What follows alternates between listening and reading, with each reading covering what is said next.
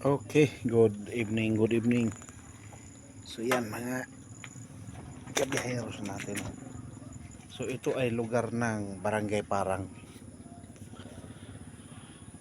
So ito yung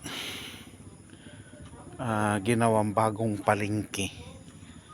Yan.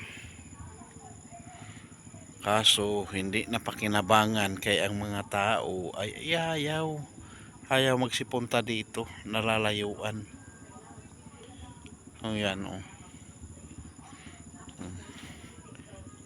Ano na yan oh, may mga ano na sana. Ayan oh. So yung kalsada naman dyan sa may kantuhan, papasok yan ng papuntang Tuog. Sitio Tuog. Yan. So ito naman ay ano. Sayang nga. So inabando na. So may nagtinda dati dito ay hindi rin nag-successful dahil walang pumupuntang mga namimili ng isda. Yun.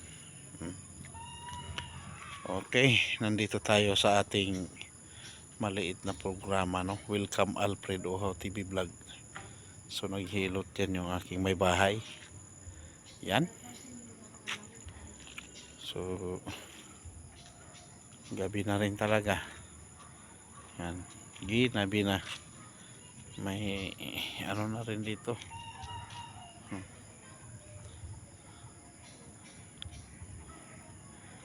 Okay.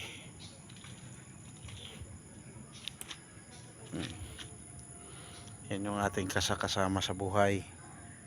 Oh, di ba? So yan. Ating Motor Star 175. So 5 years na rin.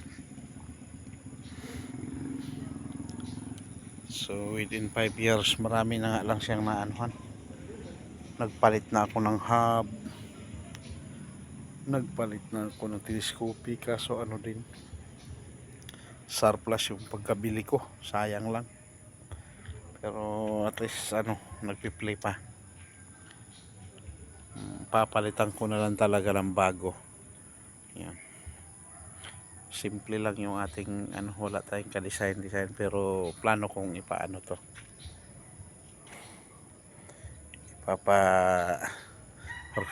Remodel. Oh, may aso. Remodel natin yan mga kabiyaheros.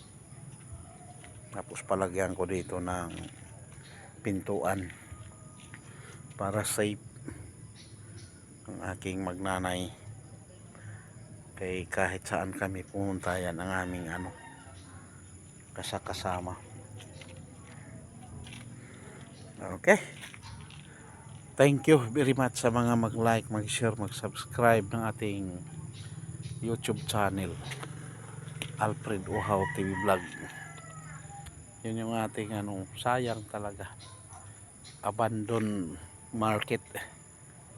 Wala kasing ano, walang pumupunta dito mga namimili, nalalayuan. Ano kasi to, looban.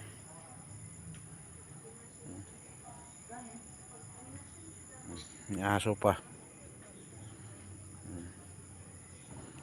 Okay.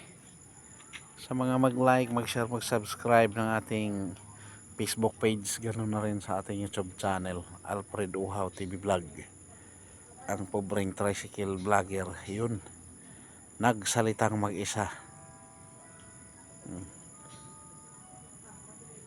Kalipon niya yung sarili niya. Yan o. Yan mga kabiyaheros.